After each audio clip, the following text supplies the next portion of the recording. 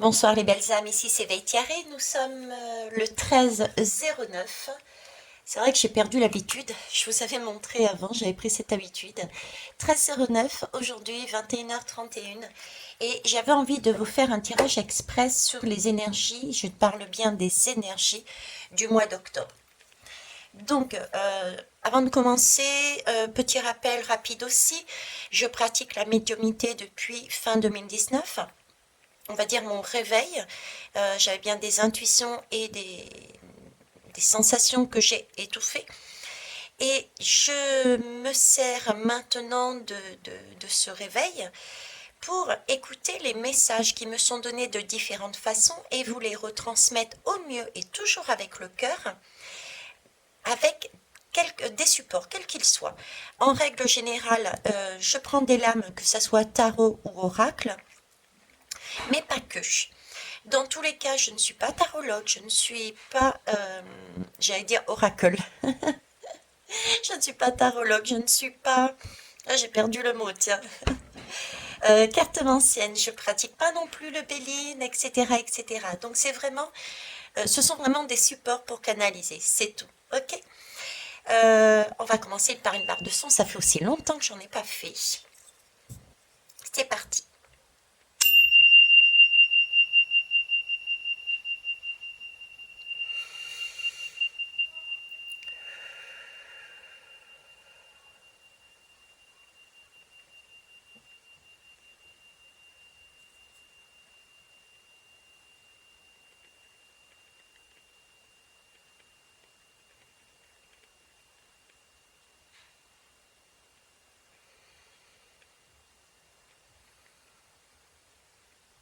Ok, merci. Ben écoutez, si on l'a pas senti, si on l'a pas entendu, c'était puissant. Pour moi, ce mois d'octobre va réveiller par rapport à ce qu'on a vécu jusqu'à présent. De toute manière, je vous avais dit qu'on allait crescendo. Donc ça, ok. J'ai déjà procédé au tirage plus de cartes, on va dire. Je vais faire une lame d'ouverture avec les cartes du corps. S'il vous plaît, je vous dis le mois d'octobre. Que me répondez-vous? Énergie, ouverture, énergie du mois d'octobre, s'il vous plaît, merci. On reviendra après sur différentes choses qui peuvent intervenir sur ce mois d'octobre. Là, on est bien sur des énergies, les belles âmes. Voilà, ben, c'est ça. Hein. Je vous disais, c'est énergique. Si on n'a pas entendu, on n'entendra pas. Et ça va être beaucoup plus remuant que les mois précédents. Effectivement, on est sur le fougueux. Là, on s'élance, on va commencer à s'élancer, on va commencer à avancer. Mais on va le faire de façon puissante. On va pas le faire, j'ai envie de dire, de manière pépère. Hein, c'est pas du tout le ressenti que j'ai. Donc là, ça y est, on va commencer à attaquer, on va commencer à aller dans le dur, on va commencer à se secouer les puces, on va commencer à avancer avec force, avec bienveillance bien sûr, mais on va se positionner de plus en plus. Ok, voilà. Ça c'est la première lame. Ensuite on va aller sur le tarot quantique. Ça fait longtemps que je ne l'ai pas pris non plus celui-ci. Allez, c'est parti, tarot quantique. Donc, comment j'ai procédé pour le tirage? J'ai demandé les énergies, les trois énergies pour être exact. Les trois énergies principales qui vont dominer ce mois d'octobre. Ensuite, j'ai demandé trois conseils. Et après, j'ai demandé, est-ce que ce mois d'octobre sera le mois du... Comment j'ai posé la question? Ce mois sera le mois du chaos, sera le mois du chaos. Ok. Donc voilà. Alors on y va. Hmm. C'est une âme que j'ai vue il y a un an de ça, rappelez-vous, pour ceux qui me suivent. Donc là, c'est le roi de coupe. Alors de quoi il me parle ce roi de coupe? Ben, le roi de coupe, c'est Neptune en fait, hein, tout simplement. Hein. Pour ceux qui me suivent depuis longtemps, c'est Neptune. Et ce roi de coupe, il représente en fait c'est un roi, donc il a cette capacité de garder, je dirais, son contrôle lorsqu'il y a des fortes émotions. Sans, ça ne veut pas dire contrôler et ne pas s'en préoccuper, pas du tout, hein. C'est vraiment Neptune est en mesure d'accueillir ses émotions, d'accord, mais sans se laisser submerger par elles. C'est-à-dire qu'il va les accueillir, les regarder, se poser des questions et les laisser partir. Il ne va pas les bloquer, il ne va pas les ignorer, mais c'est bien, oui, l'habilité, l'habilité, la maîtrise de cet accueil, de ce qui va lui arriver comme émotion suite à des événements extérieurs. Il va pouvoir, comme je vous dis, ne pas paniquer, ne pas se bloquer non plus et s'en détourner, mais il va simplement les accueillir comme on accueillerait par exemple des personnes qui ne sont pas forcément agréables chez nous dans notre maison, mais on va les accueillir en bonne hôte, sans préoccuper, tout en sachant que bon, il y a des personnes qu'on gardera peut-être et d'autres qu'on laissera partir de notre vie. Donc la même chose, il y a des émotions qu'on va s'approprier parce qu'elles sont bien, elles nous ont amené quelque chose, et d'autres on va s'en détacher. Ok. Alors ici, on a ensuite, eh bien écoutez, c'est le chariot. Alors le chariot, c'est Platon, hein, ok. C'est E égale M6, hein. E égale M6. Hein. Je ne sais plus qui a dit cette formule E égale M6. Elles sont belles ces lames. Hein. Quand on les bouge, on voit des... Voilà. Quand on les bouge, on voit des personnages. Je ne sais plus comment il s'appelle ce personnage d'ailleurs. J'ai un gros trou de mémoire. Si vous pouvez me le dire en commentaire, ce serait pas mal. Donc, E égale M6, c'est le chariot. En fait, si vous voulez, c'est par rapport à... c'est la volonté et c'est la capacité, justement, on l'a vu ici, de pouvoir gérer ces émotions qui peuvent être diverses. Hein. Parfois même, elles peuvent se télescoper et s'entrechoquer et être totalement à l'inverse l'une de l'autre. Mais en tout cas, ici, il s'agit bien de surmonter toutes ces émotions, d'accord, pour aller vers un chemin qui nous permette d'avancer de manière droite, un chemin qui nous permet d'avancer sur nos valeurs. Voilà.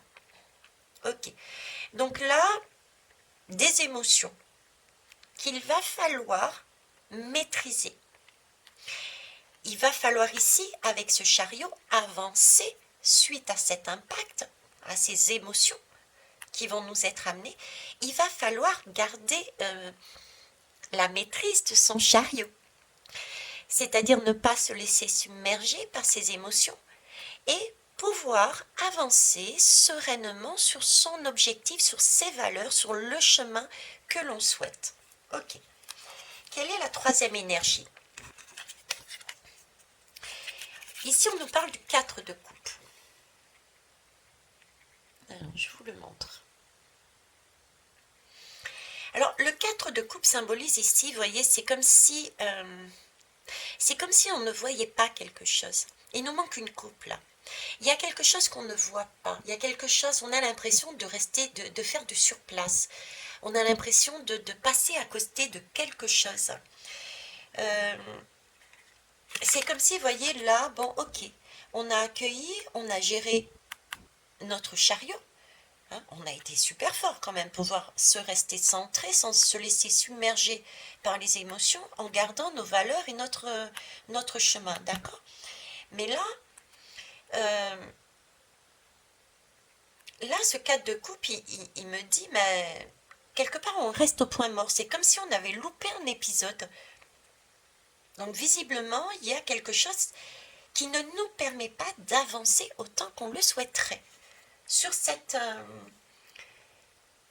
ce mois-ci, il y a quelque chose qui bloque là.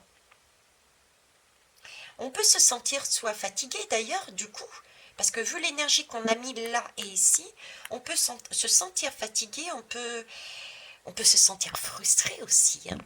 Ne pas être bien, ne pas... Ben voilà, qu'est-ce qui a bloqué? Pourquoi? J'ai tout fait, j'ai bien fait. Et pourtant, rien ne fonctionne.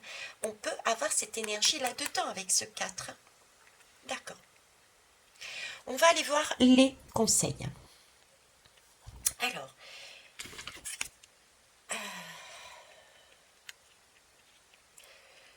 là, j'ai le 9.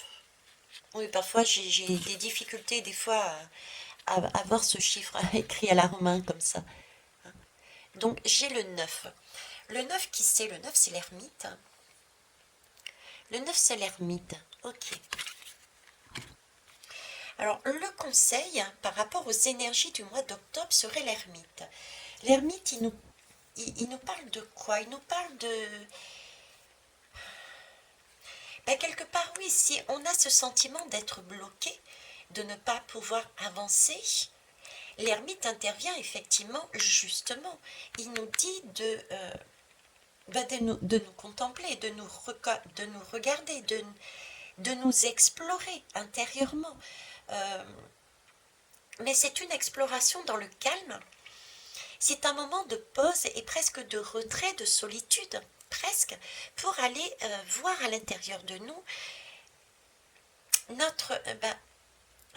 tout ce qu'on a fait, tout ce qu'on a fait et qu'est-ce que l'on aurait pu éventuellement faire d'autre. Vous voyez, c'est un peu comme un revenir sur ce que l'on a produit et voir un petit peu où ça a péché. Où ça a péché, voilà. Hein, c'est ça. C'est ça l'ermite. Aller regarder à l'intérieur de soi. Ça, c'est autant de l'individuel qu'au niveau de la société. Collectivement, il va falloir s'interroger aussi pour savoir pourquoi, bien que l'on mette en place des actions, ok, ça ne fonctionne pas. Parce que là, le chariot, c'est quand même des actions. Il y a des actions là-dedans. Le chariot avance. Et ce sont des actions qui sont coordonnées.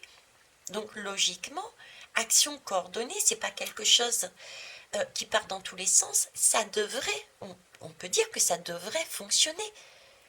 Ça devrait aboutir à un résultat. Mais visiblement, non. Ça ne va pas aboutir, en tout cas de suite, à un résultat. Donc, se poser la question, pourquoi? Pourquoi? Ok. On va aller voir l'autre lame. Ben, l'autre lame, c'est la tour.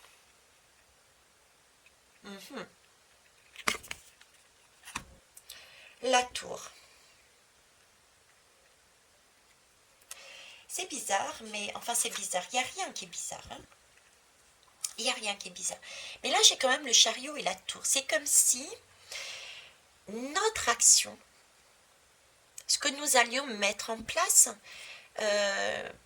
parce qu'on aura su maîtriser nos émotions, nos ressentis, d'accord, on ne sera donc pas dans une réaction, mais dans de l'action. On le voit bien avec ce chariot. On va avancer, on va dire, de manière coordonnée, d'accord. Et pourtant, on loupe un épisode quelque part. Mais cette action, c'est comme si on était en train de me dire, mine de rien, va amener un écroulement, va amener quelque chose d'inattendu, de l'ordre du chaos. Parce que là, c'est quand même de l'ordre du chaos. Hein. Quand une tour tombe, ça tombe, quoi. Ça peut être des événements qui sont traumatisants.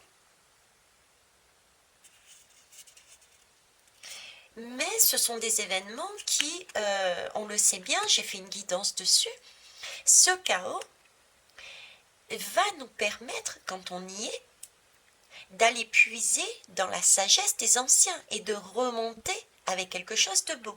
Donc c'est un beau chaos. Mais là, l'image qu'on est en train de me donner, c'est que si on arrive à maîtriser nos émotions, d'accord, les accueillir, on les maîtrise, on est coordonné dans notre action, on ne va pas voir tout de suite le résultat. Visiblement, il y a quelque chose qui bloque. Mais ici, On nous dit justement de quelque part de revoir ce qui ici n'a pas fonctionné peut-être comme on le souhaitait. D'accord? Et le fait de se poser la question va bien après, je dirais après, amener le chaos. Amener le chaos. La tour, elle va s'effondrer, oui. Les choses qui n'ont pas lieu d'être vont s'effondrer, oui. Il va y avoir du chaos dans la rue, oui. Mais d'abord, il y a ça. Ok. On va aller voir celle-ci, de quoi elle nous parle. Voilà. C'est l'impératrice. Pardon. C'est l'impératrice. L'impératrice, de quoi elle nous parle, l'impératrice? Euh, L'impératrice, c'est celle qui est ancrée, mine de rien. C'est une mère, et c'est une mère qui met quelque chose au monde. Un projet. Bon, impératrice, c'est quelque chose au monde, c'est un projet, une idée. Elle le met dans la matérialité, mais c'est aussi un enfant, on est bien d'accord, hein. Mais là, l'impératrice, c'est le féminin, c'est l'abondance, c'est toute cette capacité, ces intuitions. Et c'est aussi le symbole justement de la porteuse d'un projet, d'un bébé, et qui arrive après la tour. Après la tour. C'est beau. Alors, ce qui est amusant, moi je le considère comme amusant parce que j'entends pas mal de personnes qui disent oui mais on ne voit pas bouger les choses, oui mais rien ne change. Mais voyez, ce tirage il montre bien que les choses avancent. Là j'ai l'impression que l'épisode qu'on n'a pas vu, c'est simplement le fait de savoir qu'on est enceinte, que le bébé est déjà là. Mais je pense que cette action, on n'a pas tenu compte ici. On n'a pas tenu compte ici. Je vais faire le comparatif avec une femme enceinte, parce que c'est ce qui me montre. D'accord? Euh, Qu'est-ce qu'on n'a pas vu ici? Ici, là, si vous voulez, on a des émotions. On a des envies de vomir, on a des envies de manger du chocolat, on a des envies de oh mais fiche-moi la paix, je suis pas bien. Voilà, on a ce genre d'émotions, on a ce genre de manifestations, d'accord, qu'on nous demande d'accueillir. Là, on essaye de maîtriser au mieux et d'avancer avec justesse, de garder le cap pour aller sur son chemin, d'avancer en fonction de ses valeurs, d'essayer de maîtriser tout ça. Mais là, on nous dit qu'il y a quelque chose qu'on n'a pas compris. Visiblement, il y a un élément qui nous manque. Et on nous demande d'aller voir ce personnage, l'ermite, d'aller regarder à l'intérieur de soi. Mais qu'est-ce qu'il y a à l'intérieur de soi? Il y a un enfant. À l'intérieur de soi, il y a un projet, il y a une idée, il y a un bébé, il y a un main. Mettez le mot que vous voulez, c'est ça en fait. Et c'est comme si on prenait conscience de ça. C'est comme si on prenait conscience. Là, il y a un écroulement là. Il y a un écroulement, on prend conscience qu'il y a déjà quelque chose en route. Il y a quelque chose en route qui est là et qu'on n'a pas vu. Et qu'on n'a pas vu. Vous voyez où je veux en venir? Donc là, il y a une prise de conscience parce que c'est la tour, oui, mais c'est aussi la prise de conscience. La prise de conscience qui nous est donnée de manière forte. Donc ce sont des impacts extérieurs. Ce sont des retours de notre maîtrise. Ce sont des retours de notre maîtrise. On s'aperçoit au retour de tout ce chemin, on s'aperçoit de quelque chose, la tour s'écroule. Et là, on voit des choses qui sont déjà entamées. C'est l'épisode qu'on a loupé. Ce sont les épisodes qui ont été loupés. C'est là que la main, vous voyez, c'est, comment vous dire, ces éclairs, c'est, on va dire, c'est le dieu Jupiter, mais le vrai, quoi. Celui qui envoie des éclairs, c'est la main de Dieu, d'un Dieu. C'est la main d'un Dieu qui casse la baraque pour nous montrer spécifiquement ce qu'il y a à voir et qu'on n'a pas vu. C'est-à-dire qu'il y a quelque chose qui est entamé depuis un moment. On en est au stade de la grossesse. Et si on n'agit pas, ça risque d'être acté définitivement dans la matière. C'est ce qui va se passer en octobre. De par la main très terrienne de notre entre guillemets, et des autres gouvernements aussi, hein, des Jupiter, on va dire, d'accord? Encore une fois, l'univers là-haut, le vrai Dieu Jupiter, se sert de ces éclairs sur les Jupiters terriens pour nous montrer quelque chose que nous n'avions pas vu. Pourtant, on a essayé d'explorer notre intérieur. Et grâce à ça, via ça justement, on s'aperçoit qu'il y avait un bébé déjà en arrière-plan. Et là, on peut se dire, on a fait des dénis de grossesse, pour certains et certaines. Pour d'autres, on le savait. Mais pour certains, c'est un déni de grossesse. Là, effectivement, on subit la tour. Déni de grossesse. Pour d'autres, on avait déjà connaissance de tous les symptômes d'une femme enceinte. On l'avait compris, donc on gère facilement notre chariot. Donc on regarde ça de l'extérieur. On sait ce qui manque pour pouvoir avancer. On peut même, à la limite, passer outre cette étape et patienter. Patienter comment? On attend que les Jupiters terriens mettent en place leur plan. Tentent, en tout cas. Amènent les mesures. Amènent ceux qui veulent mettre en place. De façon à ce qu'on se prenne en pleine poire la tour. Parce que la tour, elle va être plantée par les Jupiters terriens. Mais le Jupiter de là-haut va faire en sorte de l'écrouler, de façon à ce qu'on voit ce qu'il y a derrière, ce bébé qui a été fait dans le dos. D'accord? Alors, la carte qui est ici représente donc, est-ce que le mois d'octobre va être en réalité le mois du chaos? Ok? Ah, j'ai la justice. Quelque part, c'est pas étonnant. Pourquoi? Parce que si je regarde cette colonne, on est quand même là sur une maîtrise. Comme j'ai l'habitude de vous dire, c'est ce chariot, c'est-à-dire qu'on a maîtrisé nos émotions et nos deux chevaux, c'est-à-dire notre partie lumineuse et notre partie sombre, on s'est mis OK pour aller dans le même sens. Un but, un objectif en fonction de nos valeurs. OK, donc là, on s'est recentré et on avance. Ici, la tour évoque quelque part le chaos.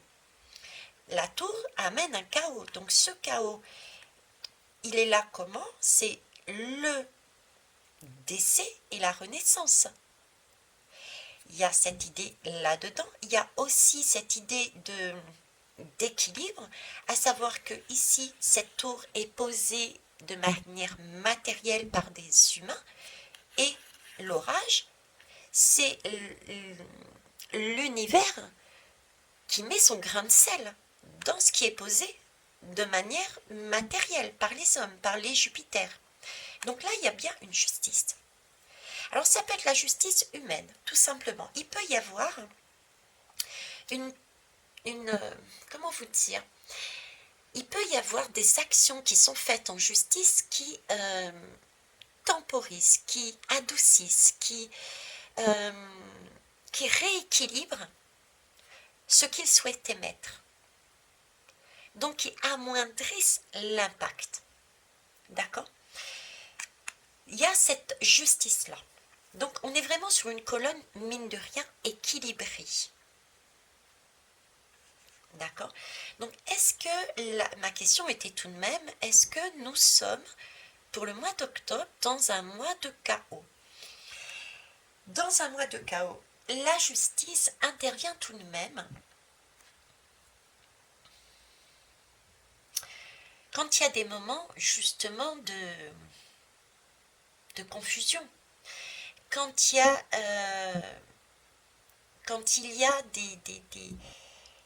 une compréhension, quand il y a quand il y a une justice à mettre en place, un équilibre à remettre en place.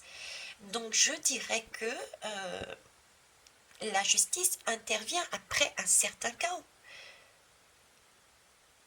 Pour moi, la justice intervient après un certain chaos, après certaines batailles, après certaines guerres, après certaines anicroches entre deux personnes. On va en justice pour trancher, pour rééquilibrer les choses, pour remettre de la justesse dans ce monde. Vous voyez? Donc ici, j'aurais tendance à dire que oui, la justice intervient après le chaos. Intervient après le chaos. Ça peut être aussi très concrètement une justice humaine, hein, qui rééquilibre ce qui certains vont essayer de mettre en place. Il y a aussi ça. Ok? On va aller voir le dos de deck. Alors, ici, on me parle de porte. La fameuse porte. Oh, c'est marrant, tiens. C'est marrant parce que ça me fait du coup penser à l'orage. Ma guidance sur l'orage. L'orage avec les éclairs. Et puis, il y avait une porte. Et derrière cette porte, il y avait un visage. Avec des couleurs arc-en-ciel. Des couleurs que je ne voyais pas, que je ne connaissais pas. En tout cas, ici, c'est la lame de la porte, c'est la lame de la... comment vous dire?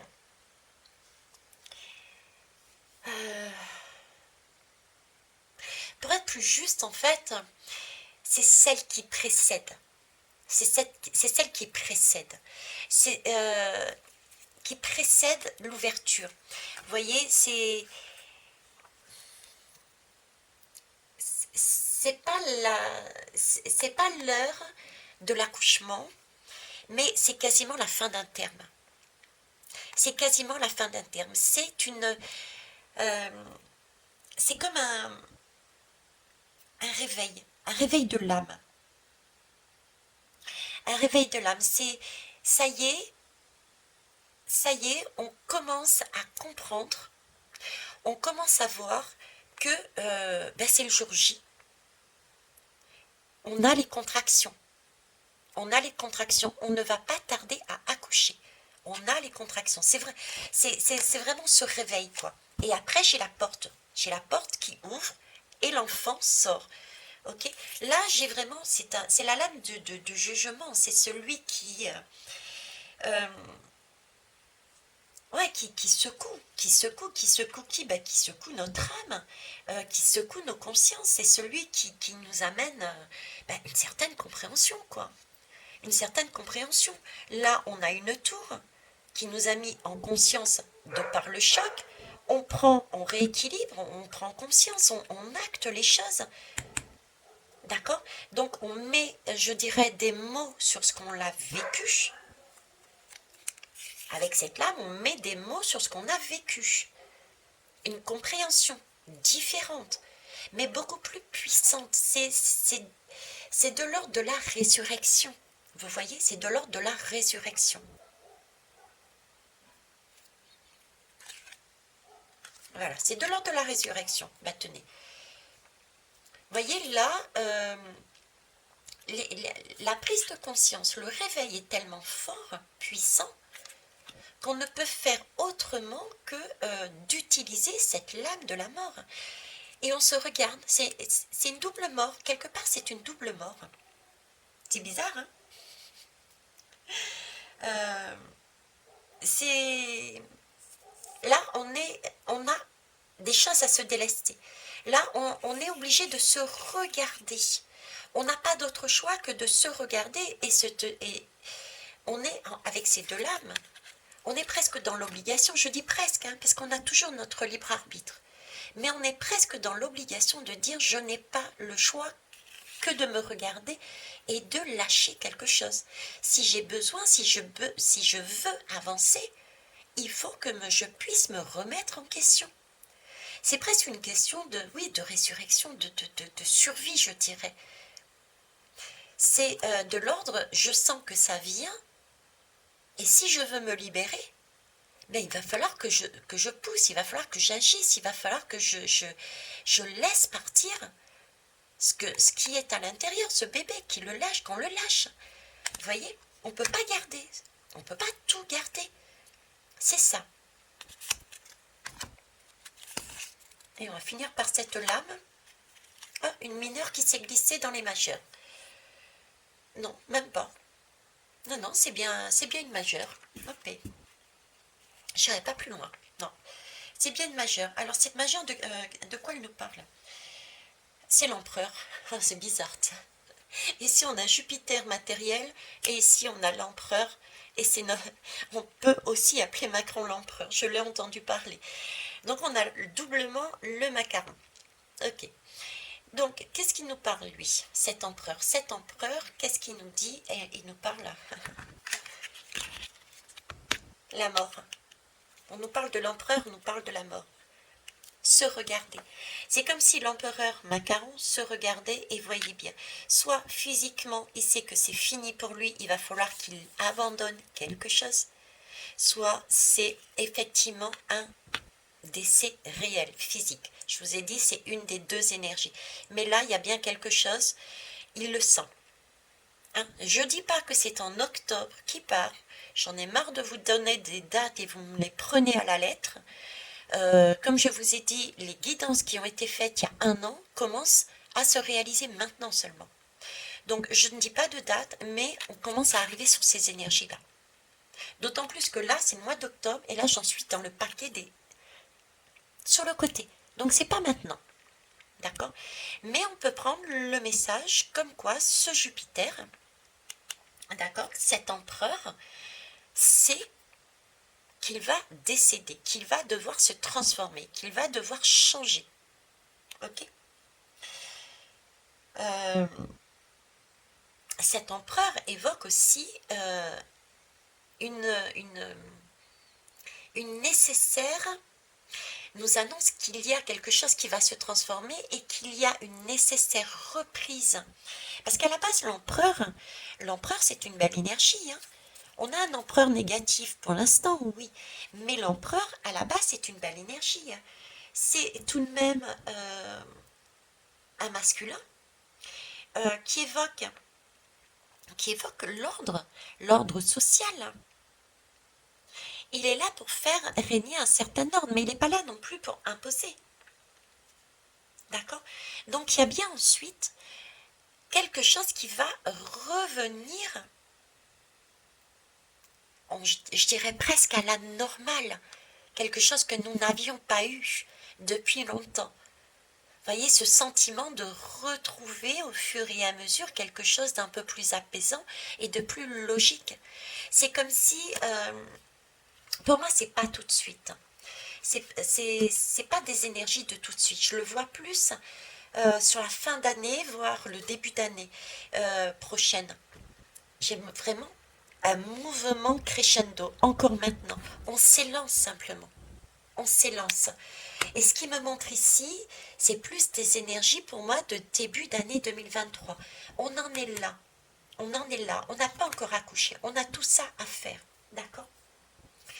Donc, voilà ce que je pouvais vous dire. Je vais terminer tout de même par une lame des cristaux. Mon petit oracle des cristaux. Alors, votre message libre, s'il vous plaît. Merci. À vous. Message libre, merci. Que ce soit sur cette guidance ou ailleurs, qu'importe. Je vous laisse gérer.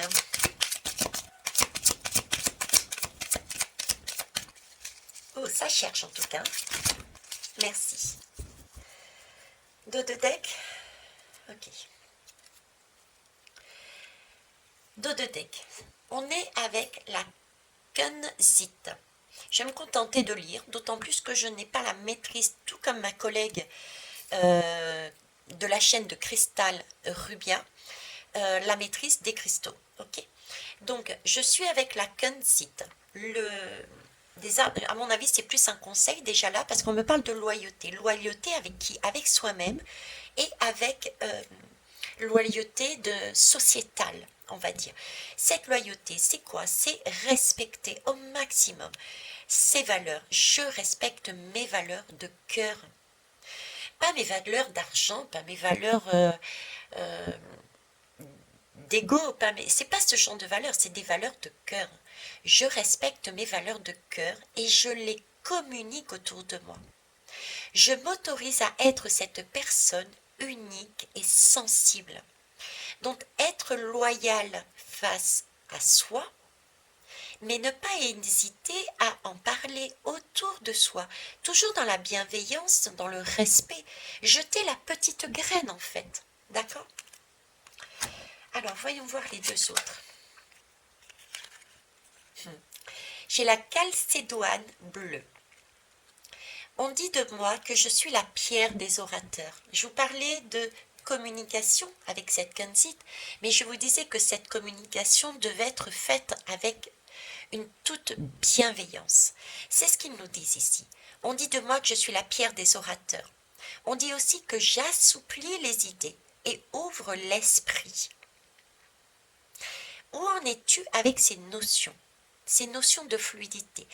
Donc ici, la Kunzite nous demande d'être loyal avec nous-mêmes, nos valeurs de cœur, de pouvoir en discuter aussi à l'extérieur avec les autres, mais toujours avec bienveillance, comme je vous disais, et de jeter des petites graines.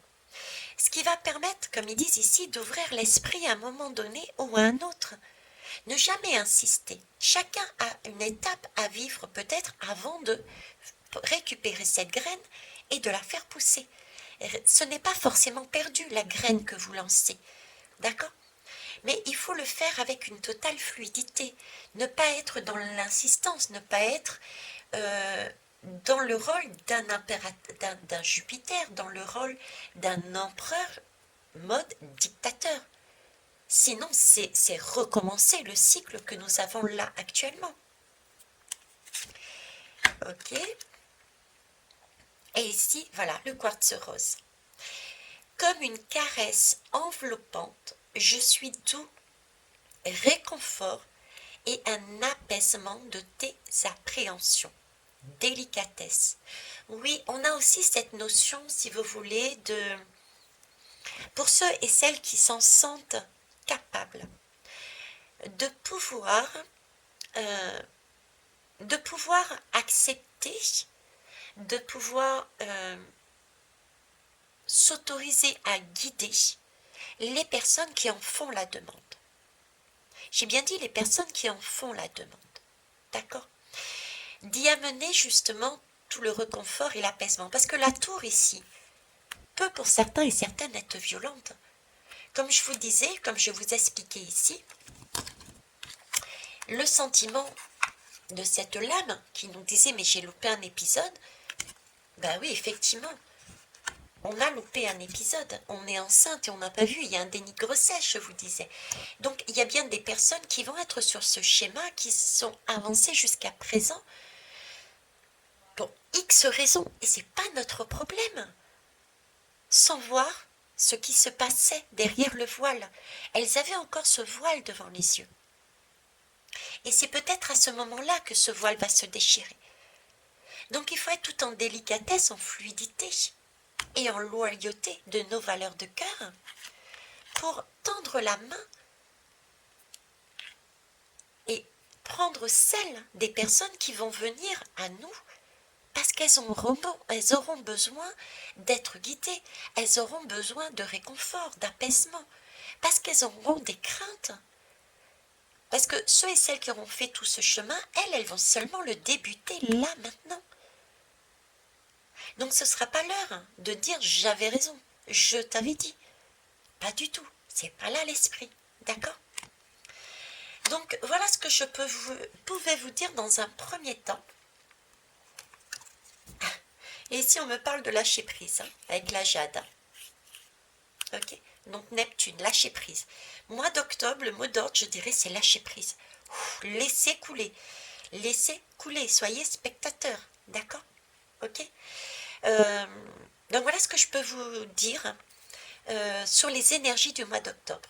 On reviendra de toute manière de différentes façons sur ce mois d'octobre. Ok? Les belles âmes, merci de m'avoir apporté toute votre attention jusqu'à la fin. Et je vous embrasse. Au revoir.